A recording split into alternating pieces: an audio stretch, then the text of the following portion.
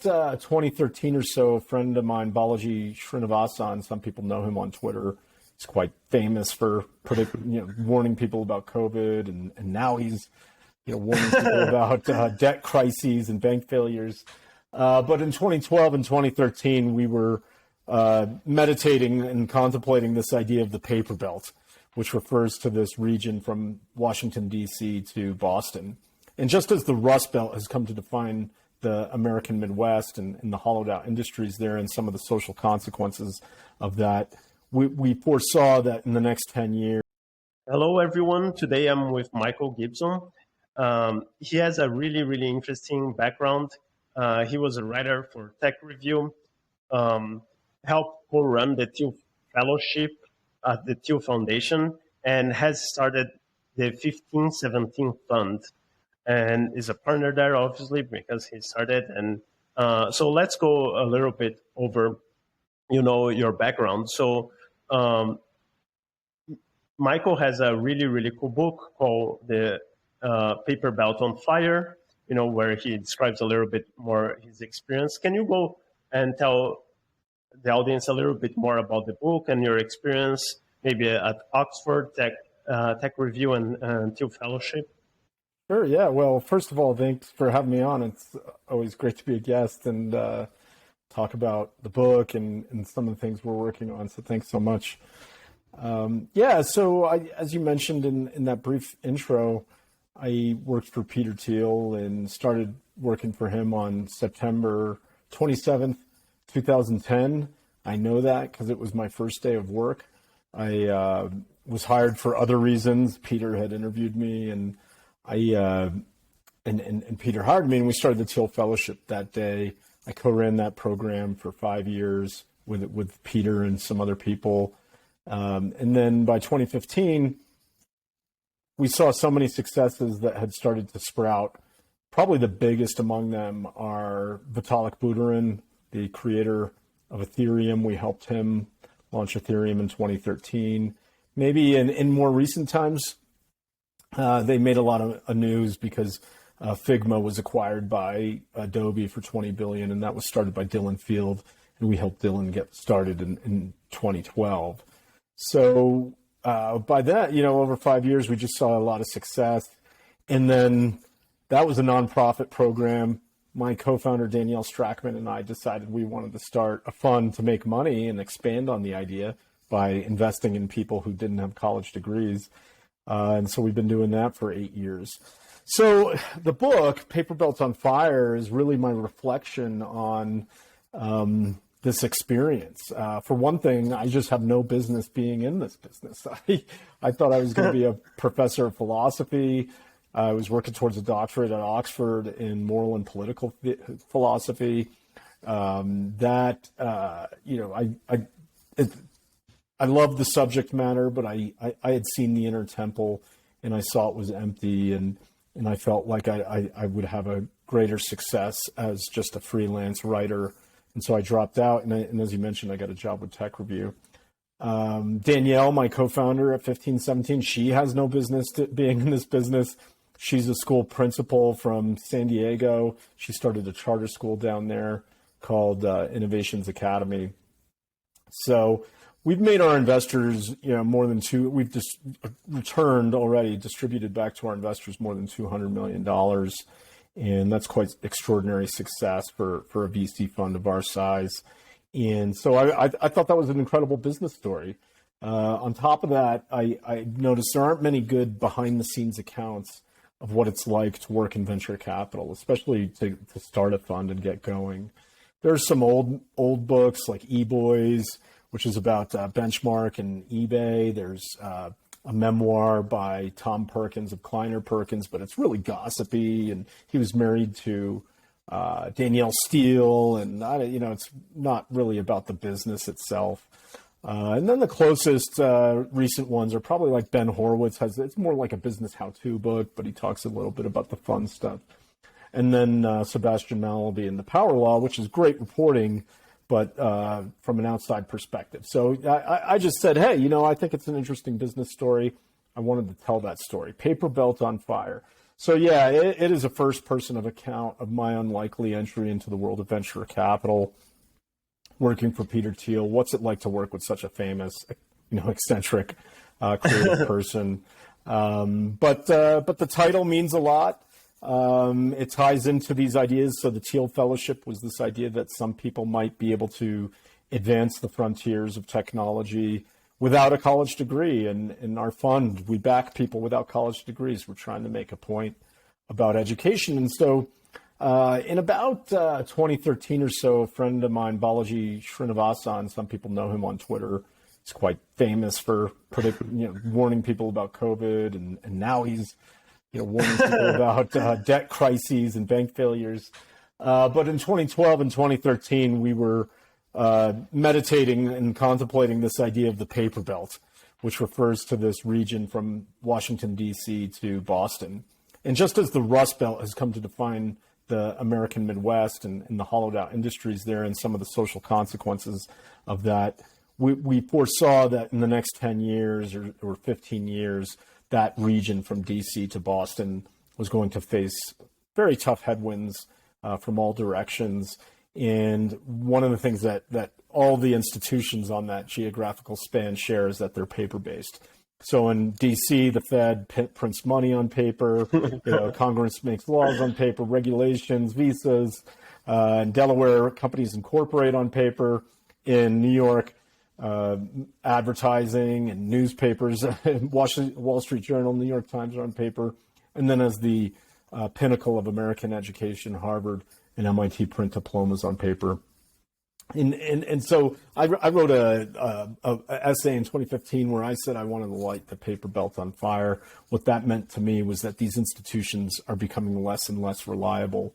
And the thing about paper institutions is that they rely on paper, which means someone presents a piece of paper to them and they authenticate it as real and validate that the signal of the substance is there. So it could be like $1. The Treasury Department verifies that this dollar has worth and is real. And likewise, if you present a Harvard diploma, Harvard is supposed to backstop that and underwrite it and say, hey, this piece of paper, we authenticate it as real and we validate the signal. And so my book, as well as being this adventure story of starting a fund, it's also a critique of these institutions that authenticate pieces of paper, because the insiders have become so they've become so untrustworthy or unreliable. It's hard to know if they're just incompetent or if they're corrupt and colluding against outsiders. But what's clear is their performance has all declined over the last 40 years or so. So I wanted my book also to be an indictment of that world. So that's why I wrote it. As I've been ranting now for I don't know how many minutes. So that's you can tell there's a lot in that book, and I hope I pull it together.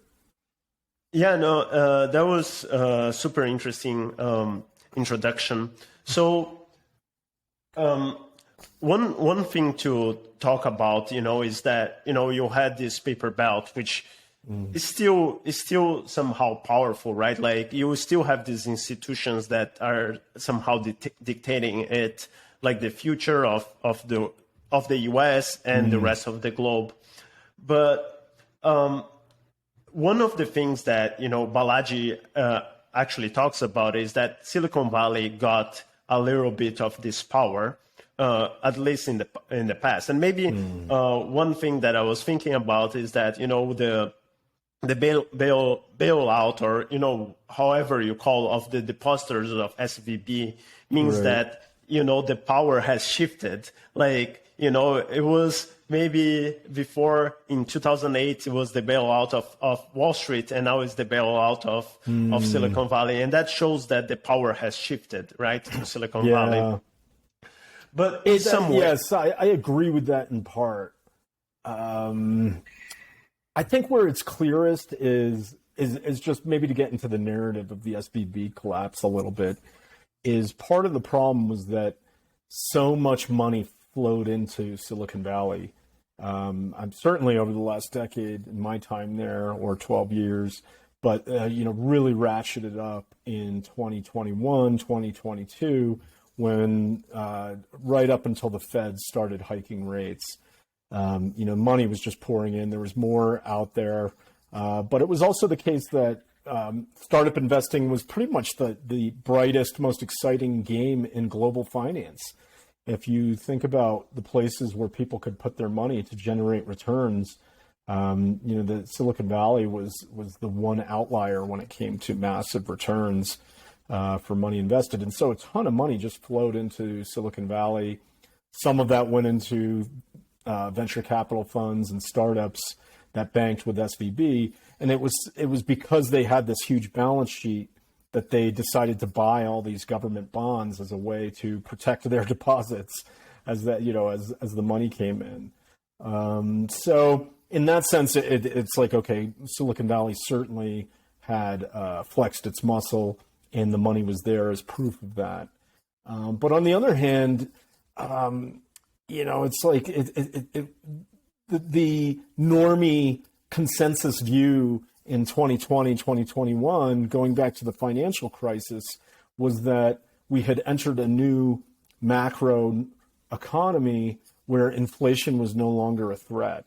It seemed to be the case that governments could, or in particular central banks, could pursue expansive monetary policy through quantitative easing and do it without triggering massive inflation. And that's from 2008 financial crisis to went all the way until inflation actually kicked in 2022, or 2021. And because SVB and all these other banks accepted that Washington consensus, paper belt wisdom, that inflation would not come back, that's why SVB made this strategic miscalculation to buy these long duration bonds that only delivered 2% interest. And they started hemorrhaging money as soon as the Fed hiked rates higher than 2%. They had this mismatch on the durations. They're trying to fund their business through short-term loans, but the interest on the short-term loans is 4%, 5%, and they're just got a massive hole in the boat. So it's like, yes, there was a shift to power. I would agree with that. But I'll also say it's like, the Achilles heel was really this paper belt view that inflation had disappeared from macro. Interesting. Yeah. So, I mean, one theory is that, like Silicon Valley is now distributing a little bit more, so if I've seen plots of, like new startups being born and like seeds and Series A. And it seems that a lot of people are building startups that are not necessarily centered around Silicon Valley or San Francisco. And one interesting fact that I've seen, or interesting data point that I've seen, is a lot of them are being born in New York, which is kind of interesting because it's like part of the paper belt, Right. somehow. Do you think that, there is a tendency towards, moving towards, a more like remote thing, and Silicon Valley will lose power as much, as the paper belt lost a little bit of its power or its relevance? Yeah, one of the topics of great fascination to me is creativity. And one of the mysteries is just what makes some individuals more creative than others. But another issue is just these creative clusters that seem to emerge in history. It could be Florence in the Renaissance, maybe Paris with the arts in the 1920s, and certainly with technological creativity in Silicon Valley, starting in the post-World War II years with the semiconductors, and then all the way to just about 2020, let's say. Just a beautiful birth, growth, and flowering of technological creativity. And in my book, I go into some detail about seeing this destroyed. So it's a mystery right now to us how these creative clusters emerge. We certainly haven't been able to find a way to plan them through government policy. But once you have the miracle, it's tragic and heartbreaking to see it destroyed. And I witnessed that in my time in San Francisco, where from the city's politics to land and regulations about zoning and so on. Just everything worked to destroy that creative cluster over that time. And you're right, ever since 2020, and then especially with COVID, we've seen a large dispersion. I think New York is certainly in the mix, in the conversation, but we've also seen a lot of people move to places like Austin, Texas, and Miami, and then other cities too. Yeah, I think the great last hope for Silicon Valley and San Francisco is really this wave of new large language models being used in ChatGPT and some of these other AI applications. Maybe that's the last Hail Mary, the last $100 billion company, but we'll see. I think I'm not quite sure it's going to last, but I think the creativity of Silicon Valley is certainly diminished. What that means is fewer companies, fewer great companies, and I think we'll see more of those in other places, New York, perhaps, but also Miami and Austin. Yeah, one interesting data point that my friend who started a company in Tel Aviv was telling me is that in Israel, there are more unicorns in Israel than the rest of Europe. I'm not too sure if that's correct, but there are a lot of startups being born everywhere, and Miami is one case. There's New York, there's Austin, there's everywhere. Right. I think it's a great example also to compare nations to other nations. Why is it the case that some are more creative than others or innovative? And then I think we can compare the same nation over time. I would argue that America is less creative than it used to be. But one of the things that's clear is that over time, a nation will cease to innovate unless it's punished for not doing so. And with Israel, I think the existential threat of destruction from its surrounding enemies adds a little fuel to the fire there. There are stories about, these elite units where people come out of and so on, but all of that is premised on this threat that if they don't innovate, they're dead. So in that sense, they feel the punishment that would come if they don't innovate. Whereas I think over time in a lot of places, as people, today's innovators become tomorrow's vested interests, and they establish these barriers to entry. They erect all sorts of obstacles to prevent people from starting new things. And in essence, that's what happened in San Francisco with the land use codes, is it just pretty much boxed people out and prevented them from coming and inventing things. Interesting. So you mentioned a little bit in the conversation that, you have these institutions that, somehow are falling. And so you have the Fed that can't even predict that inflation is going to, it's not transitory and it's very clear, but they can't even predict that. And then you have, the failure of maybe Washington, D.C. with foreign policies and, maybe institutions educational institutions are failing their students. And there is the Thiel Fellowship, which is, the anti-Rhodes fellowship.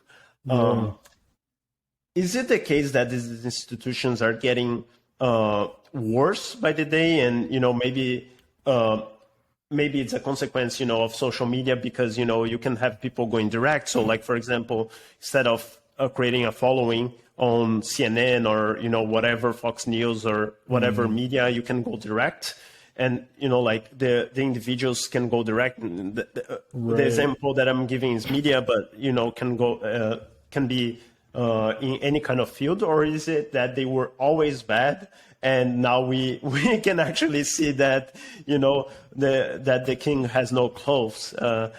Did the king have clothes, or was he always naked? Right. I think it's a debate worth having. There's a wonderful book by Martin Gurry. He's a former analyst at the CIA. And I talked to him. Yeah. Oh, okay. Excellent. Revolt of the Public. So I think it's not quite clear in his book. He makes the case that perhaps maybe because institutions in the 50s and 60s had a tighter grip on the flow of information, then maybe they were more skilled at hiding and obfuscating their bad performance. And it's only now in this age of smartphones and social media and so on, where now their incompetence is exposed. But I think it's clear that we have seen a decline in institutional performance. The Fed has always been not so great. I think it has periodic bouts of mediocrity punctuated by disaster and catastrophe. But there are certainly things like, if I think about San Francisco, where the public works, it's clear with the Golden Gate Bridge, it took somewhere around 4 years to build. And in my time in San Francisco, there was like this bus lane down Van Ness. We're talking all of a mile long, and it had taken over a decade, 15 years, and it still wasn't complete. Also, the on-ramp to the Golden Gate Bridge had been under renovation, and that took 10 years. So a lot of things have slowed down. I don't know. We could go one by one. And I think there are some examples where things are worse than they used to be. And then on the other hand, maybe there are things where like when it comes to foreign policy or the way wars are executed and so on, maybe we just see more. I think Guri's right, probably when it comes to the military. But but maybe not so much. I think with journalism too, we could see a decline. I just think we could start with the types of people who become journalists. I think back in the day, they had more integrity. They were better about just being objective reporters, and the newspapers had the resources to pay them to do things. There's a movie called Spotlight that depicted this team from the Boston Globe that worked to expose the sexual predation of some of these priests in Boston. What fascinates me about that story is that the Globe in the 1999 or 2000 could afford to have 4 reporters working on one story across a whole year. That is just insane to think about now. No newspaper has the budget to pay reporters to work that hard on a story. So I think when it comes to the actual skill and ability of journalists today, I think it's pretty clear that they're just not what they used to be because of the budget constraints. Interesting. So still on the topic of institutions. So you talked a little bit, about the fact that some newspapers don't have the budget and things like that. There's, this concept, the Lindy Effect, that, things that last a long time will tend to last, as longer, they will tend to last as much. So things that, had a long life, they'll tend to still have a long life in the future.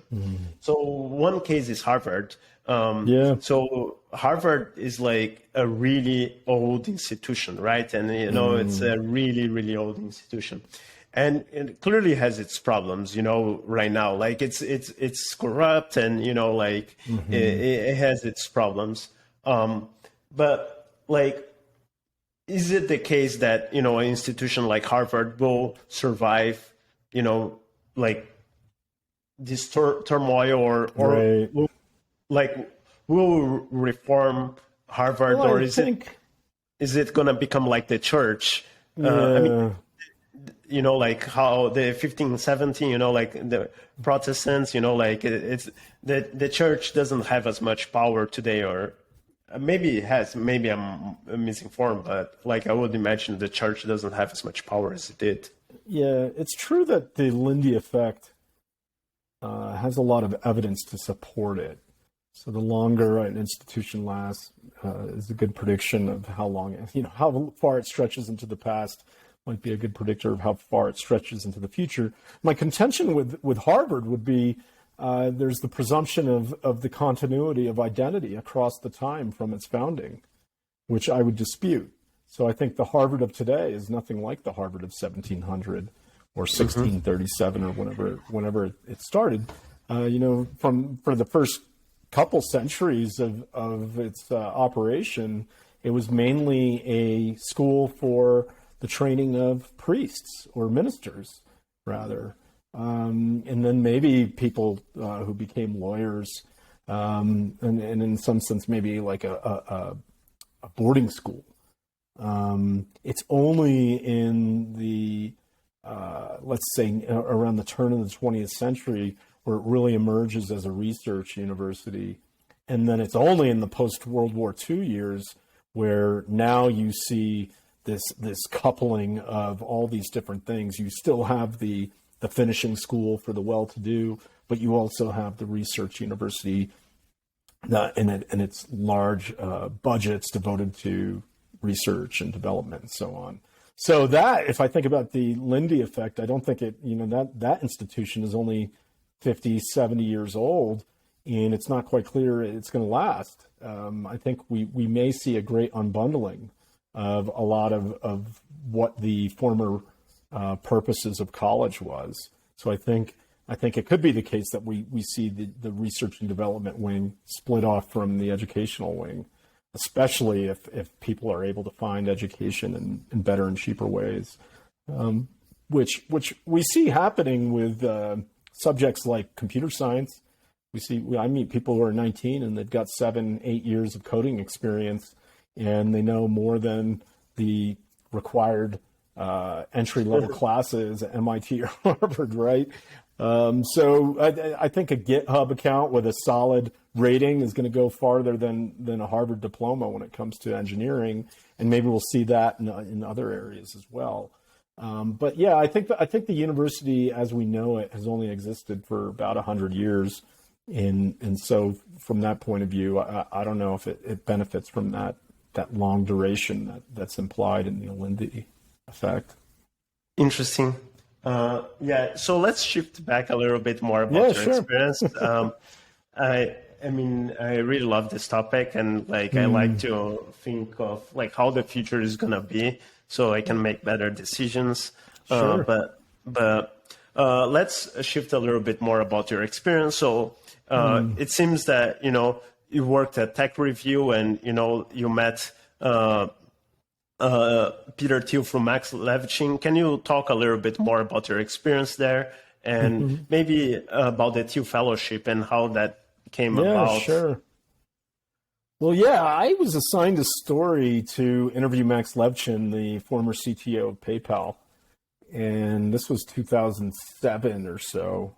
And I guess Max had won an award, and now this was like a retrospective catch-up piece. So I reached out to him. Now, I had heard of PayPal, but I never knew the people who were behind it.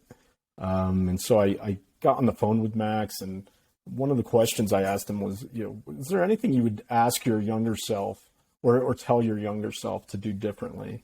So Max, in 2002, they had sold PayPal to eBay for $1.5 billion. And I don't know what Max's share was, but presumably quite a bit. And when I asked Max that question, he said, well, I took a year off after selling the company. I traveled, I lived on a beach, and it was the worst year of my life. And so it was that last bit that caught my attention, where I thought, oh my God, who is this person? I was like, well, what do you mean? And he said, my friends were all out building companies, and I was just consuming things. And I thought, well, geez, who are your friends? And that's where I was introduced to the PayPal mafia. I had never heard of the people behind the company, but most famous now is Elon Musk, Tesla, SpaceX, Solar City. But then there was, Reid Hoffman, who founded LinkedIn. There was Steve Chen with YouTube, Jeremy Stoppelman with Yelp. It's like all the wave of that second, third generation of web tech companies was founded by this small group of people who came out of PayPal. Now, going back to this idea of a creative cluster, when you talked about a city, wow, here's a group of friends who are tremendously creative. What was in the water at PayPal that they were drinking? And then the last person in the list was this vaguely intellectual, public persona, Peter Thiel. Now, this was 2007. These people were not what they are today. They were, sure, they had some fame in Silicon Valley. But when I heard that, and I learned about this, I was shocked. I was like, oh my God, this is incredible. So I was curious about Peter because of his background in philosophy, in politics, his libertarianism. I reached out to his hedge fund Clearium at the time, got and received no response. So it wasn't until about a year and a half later or so, where finally I had started working for this nonprofit in the meantime, helping them write and edit pieces. The Seasteading Institute. This was this far-flung idea to get cities out in the ocean or try new ways of life. And I was at a festival and I met some people who worked for Peter. So I was naturally interested. They said there was no job description. They just said they were looking for someone who could help with writing and research. And I was like, all right, well, I'll try this. So that somehow turned into, I went through the interview process, and so next thing I know, I'm in a interview with Peter Thiel, and we just, got along. We gelled philosophically, and we didn't talk finance at all. And instead, we talked René Girard, his former professor at Stanford, French literary theorist, very unlikely topic for a job interview. And at the end, Peter asked me to help him teach a class at Stanford Law School, and then in the meantime, work as an analyst at his hedge fund. So I thought to myself, wow, geez, I have, this is a weird adventure, but I have to say yes. Maybe I do it for a year. And then I go back I lived in Los Angeles at the time. And I thought, okay, I'll go back to LA, my apartment in the attic, and scribble away like the starving artist. And so, and then I forget when that was. I think it was like a month before I started. My first day of work was the 27th of September. I show up to work. I'm shown my desk on the trading floor. This is as you would imagine it in a movie when it comes to finance. There's a CNBC on the TV. There's stock ticker up on the screen, and computer monitors everywhere. And I sit down, and right away a colleague comes to my desk and says, "We got to go to Peter's house." I said, "Why?" And he says, "Well, on the plane ride back from New York last night to San Francisco, we had this idea to pay people to leave college. Not sure what to call it yet. We're calling it the Anti-Rhodes Scholarship. But we got to go to Peter's house because he's going to speak at TechCrunch Disrupt today. And we got to announce this thing." So I was like, all right, I'm in. I can't stand Rhodes Scholars. I think they're insufferable. I knew some at Oxford. So we went to Peter's house. He comes bounding down the stairs. We get in a car. And we're talking about this program. What do we call it? How much money is it? How many years? We're backstage at this conference, and then soon enough, Peter's on stage, and you can watch the interview with Sarah Lacey from TechCrunch. She's interviewing him. Peter is like talking in the present tense as if this program is already real. And he's like, we're taking applications. I called my parents that night. I said, wow, this is my first day of work. I don't know what tomorrow will be like. But what we settled on that day was, two noteworthy conditions for the fellowship. One, it was $100,000 for 2 years, 20 people a year. We called it 20 under 20, Thiel Fellowship. We dropped the 20 under 20. It just became the Thiel Fellowship eventually. But the two conditions were you had to be 19 and under to apply, and you had to not be enrolled in school to receive the grant. So that was the newsworthy condition, that last one. And right away we started a firestorm. People just, we had journalists and columnists just ripping into us. But probably my favorite is Larry Summers, the former Treasury Secretary, former president of Harvard, who said that our program was, quote, the most misdirected philanthropy of the decade. People hated us. But we were doing something really weird and really unusual. I mean, who else would give grants to people not in college to work on science and tech? And so I get why there were doubters, but it was fun to see them beaten because the people we worked with were truly extraordinary. Now, not everyone launched Ethereum. There were lots of people who did different things. Some people, I can't remember the number at this point in the fellowship as a whole. It's only a handful have gone back to school. Others have just gone on to work at tech companies and do other things. But overall, I am quite impressed with the success of the program. If you just look at the number of billion-dollar companies, it's pretty wild how many have have been affiliated with that program. Interesting. So, I mean, you help co-run the Thiel Fellowship, and is there a common theme of like the type of people that you're looking for? And, they were all successful, or not all, but, you have a lot of people, like Right. Laura Deming, who like in the anti-aging space, you have Dylan Field, you have Vitalik Buterin, and, like a lot of people that, are very impactful. Sure. When we started the fellowship, we imitated college too much. We had an application that asked for things like test scores, GPA, what your AP exam scores were. And we learned pretty quickly that these things did not have a strong predictive value when it came to, whether or not someone succeeded as an entrepreneur. That was pretty quick. By year 2, I mean, we had already changed the application. And more than anything, it was like this idea of an application is a time slice theory of character, where someone just presents something about themselves, and then it's just this moment in time. But what we found was that there are certain character traits that do matter, and they're very hard to just determine if someone has them based on a simple snapshot. That's no big insight. It's just does someone have the grit and perseverance to push through? For us, it's a matter of commitment. And it's something we look for, but it's not something someone could lie and say that they're passionate about something, but for us to see that someone has the right stuff, I came to see it would be better if I knew them over time. So our recruiting was formerly inbound with these applications, and then we started doing more and more outbound recruiting, where I wanted to get to know people on the road, meet them where they're at, and see how they develop over a period of time. And then I get a better sense of what we're looking for. So I mentioned commitment. That's part of the college dropout thing.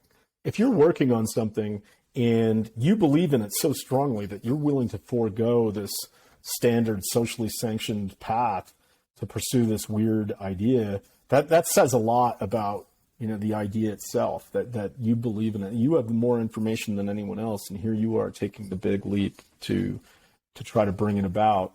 That matters to us. We call this the sustaining motivation. And we also saw that fame and fortune weren't great motivators either. So if you're getting into a startup because you want to become extraordinarily wealthy, there are just much easier, safer ways to become rich. It's true that the fortunes can be quite large for the companies that work out, but the chances that they work out are pretty small. So on an expected value calc, you're not going to want to take that leap. So we look for the sustaining motivation, meaning it's got to be something more than fame or fortune. It could be like some overriding mission tied to, let's say, you want to save the planet. But it could also be something like the Band of Brothers, where you just the excitement and fun of working with your friends. For us, running a startup is just full of so many roller coaster up and down. And you're going to have victories, you're going to have defeats, and you can't do it alone. And the only thing that'll get you through that dark night of the soul is the sustaining motivation. We also saw, we looked for social emotional intelligence because we met a lot of people who were technically gifted, but they lacked the charisma or the social intelligence to, let's say, get other co-founders, talk to investors, raise money, sell to customers. I mean, the number of people who have the technical chops to invent something new, the Venn diagram, but also have the emotional social intelligence to, work with others is vanishingly small. So yeah, we want to get a sense of, can someone tune into other people and read them and so on.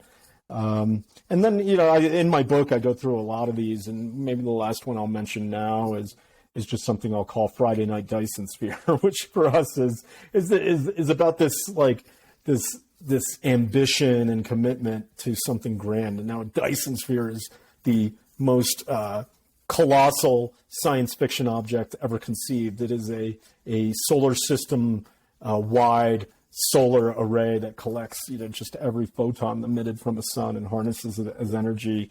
And so we love people who have that extraordinary vision, but nevertheless, here they are on a Friday night, and that's what they're working on. They're not at some party. They're not hanging out with just friends playing video games. No, they're thinking about the Dyson Sphere. And maybe it is even a story too, where it's like, okay, we're building this lemonade stand this weekend, and through a plausible set of steps, we're going to turn this lemonade stand in 10 years into a Dyson Sphere making company. We love those kinds of convincing stories. We just had to make up names for things. Of course, you need the intelligence and smarts to build what you claim you're going to build, and we can investigate that. But some of these other traits, they're not even written about in standard psychology books on creativity or accomplishment, and so we just sort of had to invent our own. Interesting. Can you talk? That's my interest, and maybe I would like to know a little bit more about, for example, Vitalik Buterin. Yes. Had an interest in mentoring and things like that. But he created Ethereum, and yep. It seems that there were a set of people that helped him out. I don't know if you have a little bit more insight of how that came about, because he was a Thiel Fellow, right? Yeah. Right. So when I was going back over calendars and emails in the writing of the book, I was surprised to discover that it was all of only 5 days after Vitalik wrote the Ethereum white paper that me and some colleagues had lunch with him at the Thiel Foundation and at the Letterman buildings in the Presidio. So we had been in contact with Vitalik a year before. He had applied to the Thiel Fellowship, but for actually an ed tech product. And then it wasn't until the following year that I guess some of his ideas about, the technology underlying Bitcoin, the blockchain, how that could be repurposed to perform other use cases, such as, form digital assets or smart contracts and so on. The development of that thinking. So Vitalik was certainly immersed into the world of crypto. He had been writing for Bitcoin Magazine. He had been attending conferences. On his website, he said his home was, I forget which airline, but basically he didn't have a home because he was traveling all over the world to different pockets of crypto development.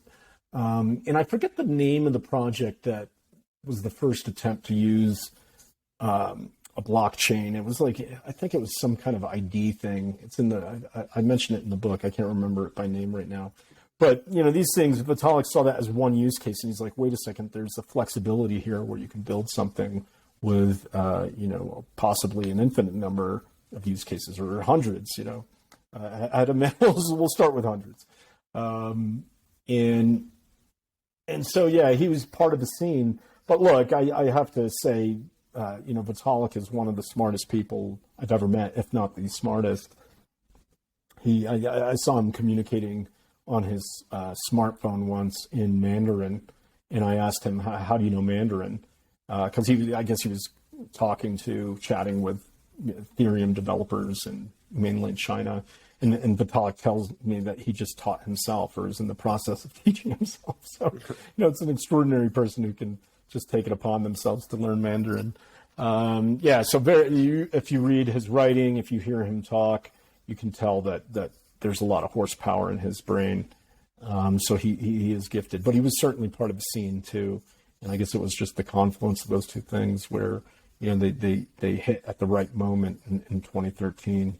I don't think, I think without Vitalik and Ethereum, something would have emerged, obviously, but I think they've done a great job.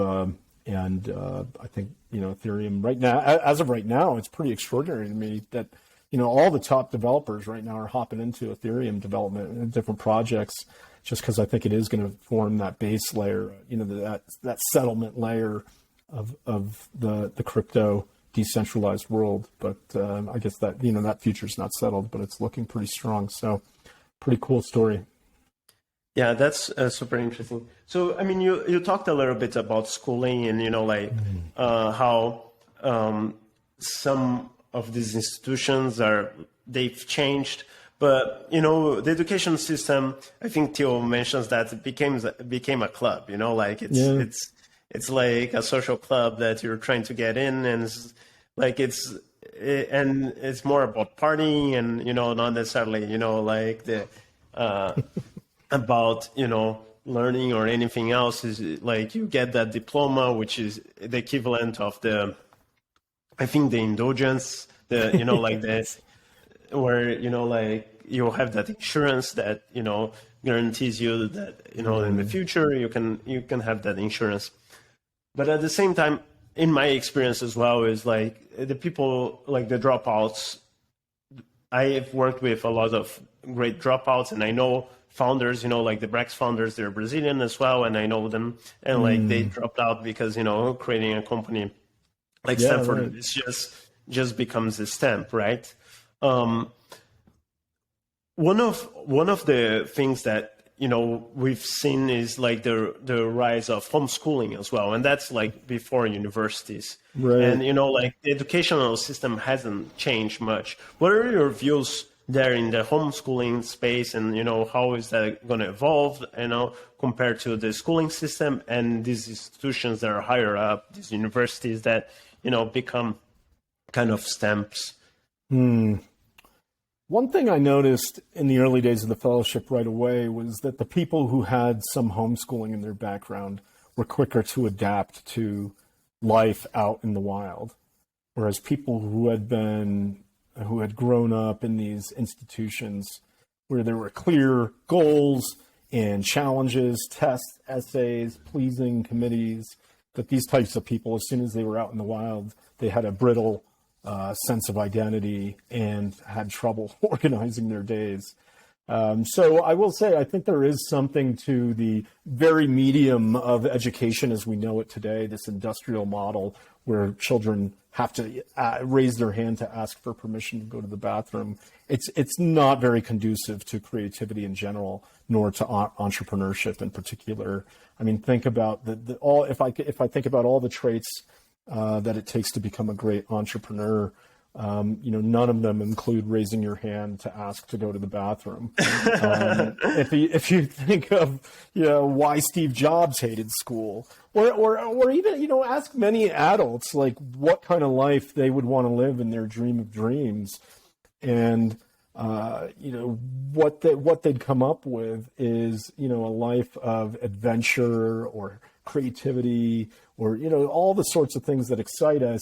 And I think if we compare that to what school trains us for in its industrial phase, it's an embarrassing failure. So homeschooling, I think, is wonderful because it, treats children and young people as adults, or it gives them, allows them some form of agency, probably, because it's like, okay, you're interested in this subject, let's dig in and learn more.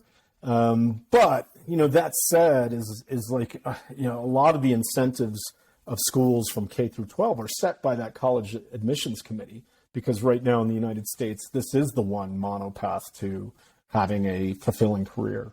So people are going to, choose what vacations to go on, even homeschoolers perhaps, just because they think it might help them impress a college admissions committee, right? It's like, I didn't know that.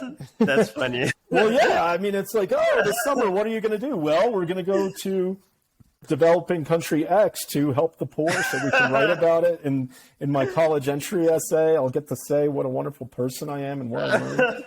I mean, like, absent college admissions, would anyone go on that vacation? Probably not. So it is wild to me how much this distorts human behavior. And so I think until we crack that code, education is going to be oriented in a bad direction. So, I think colleges are the most overrated institution of our era. And what makes them so overrated is that they actually are not imparting skills to people. That's not what explains the college wage gap between people who have diplomas and people who don't. We could go on about this debate, but I think there's a lot of evidence to suggest that, there's some learning of skills that goes on, but by and large, the premium earned by college graduates comes from, a couple of different things. One is just the ability of bias. The people who are accepted in the college tend to be extraordinarily talented people. But it's also the case that by undertaking a 4-year project, accepting assignments, finishing them, taking tests, performing well, and doing that for such a long period of time that, you know, it really does signal something about you as a person. So if we give up the idea that college is imparting skills, I think that's the first step to sobriety here, where, you know, maybe we can find different ways of sending that signal to future employers.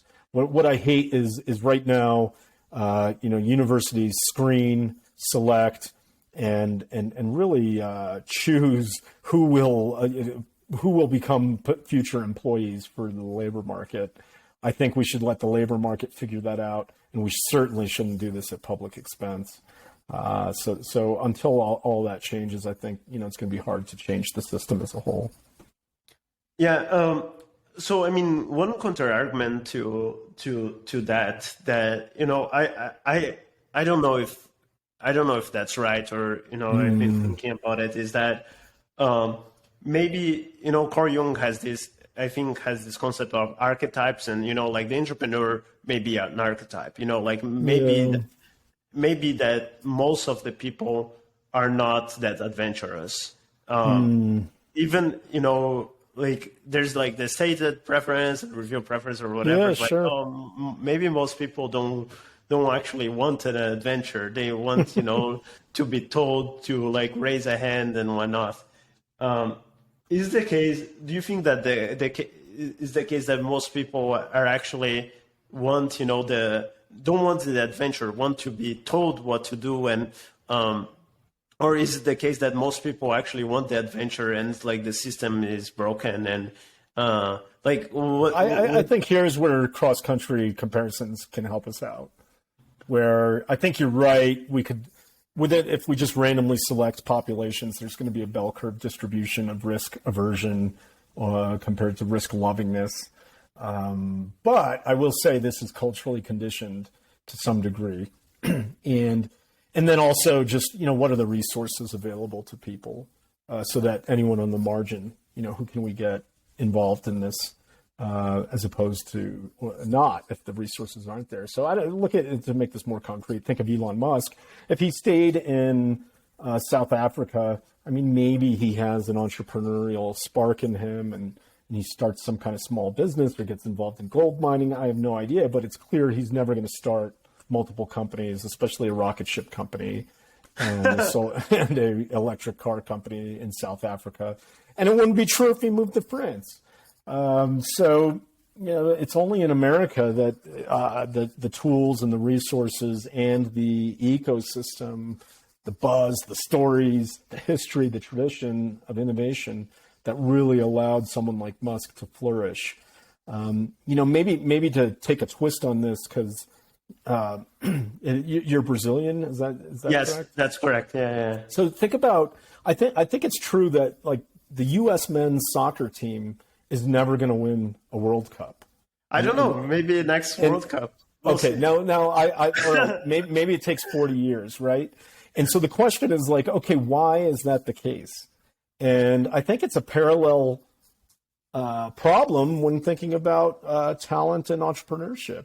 Where in Brazil, you know, one thing that people pointed out to me was in America, a lot of soccer, football development is top-down, structured, adult supervised development. Where, okay, maybe you join a team, it's part of a school or a camp or something like that.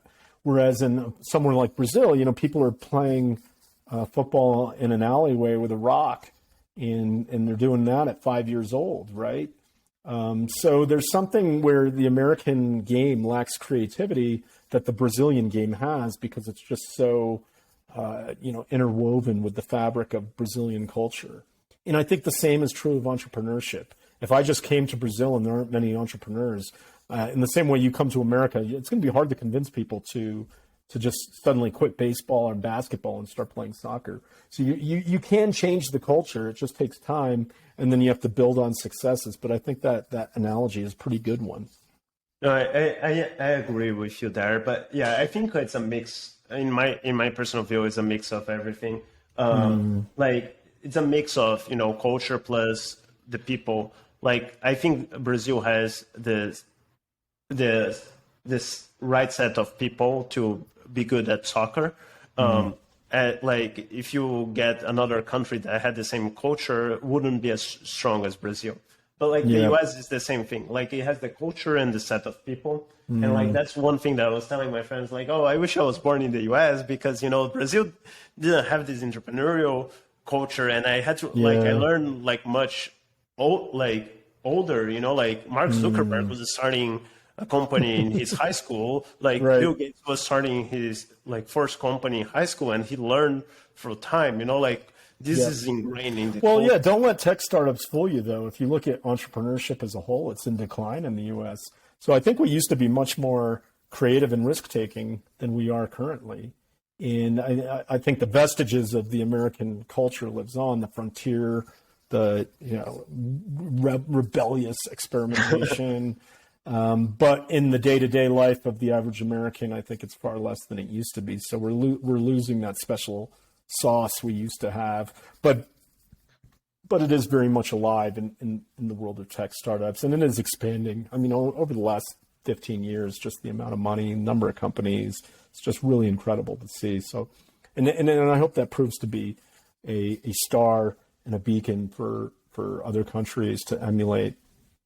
Yeah, but I think we can't take for granted that in the same. I don't know what the version is in America. There is something to it of the street football, where people are just constantly thinking about how to do new things and try them out. And I want to preserve that tradition. It's almost like a paradox. How do you have a tradition? The innovation is the tradition. Yeah. It seems that Israel, for example, is doing well there, but like it's interesting. Like I think the equivalent in the US, the lemonade stand. Like there's no lemonade stand in Brazil, but like you watch movies, there's always lemonade stands. I think that's like the true American culture. You know, the entrepreneurship, the lemonade stand. And like that actually, it's a good segue to this topic. You know, like there's not as much innovation, but it seems that's not only in entrepreneurship, right? Like science is like the same thing. It seems to me, you know, it basically flatline. Academia seems completely corrupt. Like there's not as much innovation there. It's like a gerontocracy. I don't know how to say that, but like, you know, like there's not like all my smartest friends are not in academia. Like there's, it's like, and like they're the smartest people, you know, like, you know, in the world, like in the globe. And like, I can name one single person that's in academia, and like even people that really wanted to stay in academia didn't stay. And it's like, maybe that's science, right? But you also have, like in other terms, like you look at. I think as a background to my book, I get into this where I think we've seen stagnation in just about every field outside of information technology and communications. So you could go to the highest levels of physics, and I think a lot of the discoveries ever since the standard model, as it's called, was put in place by the early 70s. There've been quite incremental advances, and then the whole people have gone down these wormholes of string theory and some of these really abstruse and complex ideas that are trying to unify physics, and it just seems we've hit a dead end. Meanwhile, we have all these unexplained phenomenon like dark energy, dark matter, where they're starting to look like epicycles to me, these anomalies that seem to defy the current theories. I guess we'll see. I'm not an expert, but I think even in physics, we could say that we haven't made many major advances since Einstein and the quantum mechanics revolution. Maybe we're stuck here. I tend to think our greatest discoveries are ahead of us, but I worry that our current institutions are not set up to try to derive whatever the successor theory is to relativity. We're nowhere closer than we were 50 years to discovering it. Yeah, I talked to someone that, like he was basically mentioning, look, the dark energy and these things are like incorrect, and like basically the way gravitation works, the formula is a little bit different, and like the Big Bang theory is incorrect. If you look at galaxies that are close to the edge, they're really old, and they shouldn't be old because, like if they're close, if they're that far away, they are really old, and you're looking into the past. And like if they're close to the edge, they should be really, young, because a couple weeks ago there was a new set of galaxies that had been observed that had to, didn't make sense within the standard consensus view of the cosmology. I guess we're still learning. And then Roger Penrose won the Nobel Prize. Was it last year? But one of his wilder ideas is that the Big Bang was really just an event in a cycle of a single universe. And he points to evidence that he believes confirms the view that we are receiving information in this current iteration of the universe from the previous one prior to the Big Bang. So that's pretty wild. I don't know. I haven't seen that. I can't speak to the evidence supporting the view, but maybe all these scientific theories that we thought were the bedrock of our civilization are starting to become more brittle and fragile. But yeah, the problem is that it's hard to challenge them, because I, for example, was talking to a friend that was like doing a PhD in particle physics, and I was like, can you show me what's wrong with this theory? And like he just dismisses it. He's like, oh, this let's talk about the argument, like not like the merits of the argument, not it's kind of crazy, but like. Is it the fact that it's cultural, or is there something else? So like one theory is that, like there is the Bitcoin, thing that, like the dollarization, and, like now that the government prints money, you have this central government that basically has no accountability. And so what ends up happening is that, like, for example, academia, you have all this money coming out of the central government, and like there's no accountability in the government in anything else, right? Like, and so like it's not only the central government has huge deficits that like has no accountability of where the money is spent. So like there's these forever wars and everything, but also it might be affecting academia. And so like you look at innovation, like even like companies, right? Like you have these huge big companies that don't innovate, people don't work there, and they look like governments, and they act like governments, right? And they can basically issue debt at 0% interest rates, and they're printing money because money is it was free, and it's gonna be back to free, in a year whenever the Fed comes back to printing, like, and then you don't have competition, and so like you have these huge institutions that are like basically. And then, like one amen, man. I agree with you. I think with academia, there's been this, let's see, I mean, maybe we can speak in grand terms. The Enlightenment project that started in Europe in the 18th century was premised on this idea that we were going to give up superstition and reliance upon authorities and use science to explore the world and learn about it. And Immanuel Kant, the philosopher, he has an essay, What is the Enlightenment? And for Kant, he defines the Enlightenment as leaving behind our immaturity. And that was important to him to characterize it as this development from childhood to adulthood, where children depend upon their parents for their views and thoughts. They can't think about things on their own. And so it was really about thinking, for yourself, that to find the Enlightenment for Kant. Well, we can't live in that world anymore. If you look at academia, it is just fragmented and splintered into 1,000 different specializations. And anyone within any specialization can't possibly learn enough to think for themselves about what's happening in the other silos.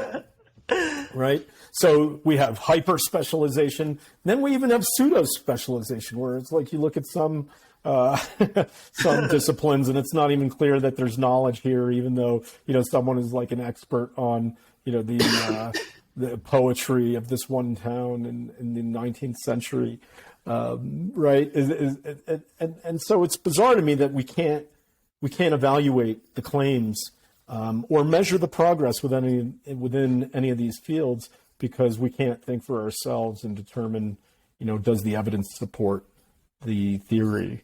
So now we're in a dark. If that was the Enlightenment, now we're in the Endarkenment, which is some sense of like we have to trust authorities, we have to trust the science because we can't possibly think for ourselves. And I hate that. I think we need to rebel against that. It does seem to be the case that, again, it's relying upon authority to tell us what's right, what's wrong, what's true, what's false. And all of our academic institutions are built on this, and we could go into ways of reforming them. But I think the key issue is that they have become this unquestioned authority that is the final court of appeal in all these debates, and we can't possibly think for ourselves. Yeah, interesting. One last thing. This has been very interesting, or maybe the one to last okay. before the last one. Penultimate. Yeah, exactly. So it seems like that institutions are failing, or it looks like it. But like social media seems to have exposed that, right? Like, and then you have crypto that is exposing. Might be an exit or like a evolution of the system that we had, the central banks that which I imagine is, I think it's a socialist kind of like governing power, where like there's the product. It's created by the government and it's like imposed by the government, and there's no like free choice and free markets, and it's like you have these bubbles, like this bond bubble, and now we're seeing like I think the SVB case was more an effect of the bond bubble than anything else. The Fed's like bursting the bubble, but they can't burst the bubble, so we will have to go back eventually. Probably not this week, but eventually, this year. Is like social media transforming society in a way? Like, will social media transform? Like, is there a positive side of things? Like we're looking backwards and being like, oh, the past, like clearly right. There's like these institutions, but maybe I like what you're saying. I think we found each other on the internet, and for me, I've met a lot of my great friends over the last 12 years or so over the internet, and then maybe even on social media like Twitter.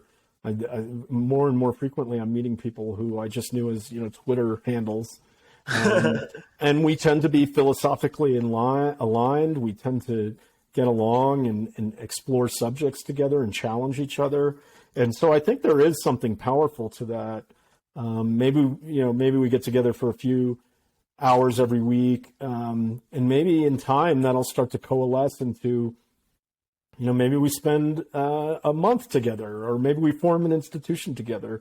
So I think we are on a new horizon here when it comes to forms of social organization, and in some sense that could be shaped and constrained by agreements made in crypto and on Ethereum, or I think we could see the emergence of new institutions, and we're just at the beginning of things. So we're in a race between politics and technology, and I'm not quite sure who's going to win if politics is defined by zero-sum polarized wars versus collaborative creation and ensuring the future of freedom and progress. But my bet is on the technology and meeting people on social media and really pushing these ideas out there, because I think the future hinges on it. Yeah, I agree with you there. And like, it's interesting. Ray Dalio has like a video about, the fall of the US, and like, he's like, oh, China. And I'm like, if you look at China, look at their debt. Like they have so much debt. Their economy is crumbling. Their demographics population. Are terrible. Yeah, demographics terrible. Like it's like Japan in the end of 80s, or Southeast Asia. Like in the past, like China is not the future, and like it seems the internet's the future. Like maybe Bitcoin, or as Balaji thinks. I don't think it's gonna go to $1 million in 90 days, but like I don't either. God bless his soul. But I think he's right in the direction. I think Bitcoin seems the future, and like the internet seems like the future, Yeah, But, I agree. anyway, one like the last part is about Cool. Girard and the scapegoat sacrifice. Right. It seems that inflation is going to be high in the next 10 years because we have so much debt, and the Fed can't raise interest rates, and like that. I think inflation is going to be here to stay. And like one of the consequences of that, you have basically kind of zero-sum games in some areas of society. When you're not creating new technologies. So in some areas of society, we might see, the bond bubble might burst, and or it might deflate. In any way, we might have zero-sum games, and then you have people that are alike. They tend to fight whenever whenever you have, and maybe you have a scapegoat to sacrifice. Is that the case? Like, are we going through the fourth turning, and what they call the fourth turning, and are we like trying to find the scapegoat, which is the insider and outsider that Right. and do we need the scapegoat ritual? To go Well, I think you're on to something there, where if we do just meander our way through more and more stagnant years of little progress, I think the fights will become nastier, and the scapegoats will become identified more and more frequently, and then that cycle that Girard predicts will pick up speed. I think it is the case that when an economy is growing, when the productive capacities of a nation are growing and can do more with less, then I think people become more peaceful and tolerant. I think that by and large holds true over time. So I think the future does hinge on this question. Can we grow our way out of this debt? Can we pay it off, or are we going to have to inflate or default? And if that's the first economic decision point, then the next social one is going to be pretty nasty if it's inflate and default. You're right about that. Cool. Yeah. I think we. On the other hand, I think we have a very bright future. I agree with you, but I want to. It's when I meet individuals and I hear about what they're working on that inspires me more than anything. It's when I read the headlines in the newspapers that I become more pessimistic. So I believe that it's like I talk to heroes, but when I read the paper, it seems like But that's what it sounds, right? Like bad news is what sounds. All right. Well, Thank cool, you man. so Thanks much for chatting. Thanks for having me on, and really appreciate the invitation to talk. And let me plug my book one last time, Paper Belt on Fire. If you've enjoyed this, please give it a read. Yeah, it's a fantastic book, really, really well written. It's so easy to read, and it's a book that it's a page turner. Okay, great. It's a really good book. Thank you so much. Thanks, all right, man. Let me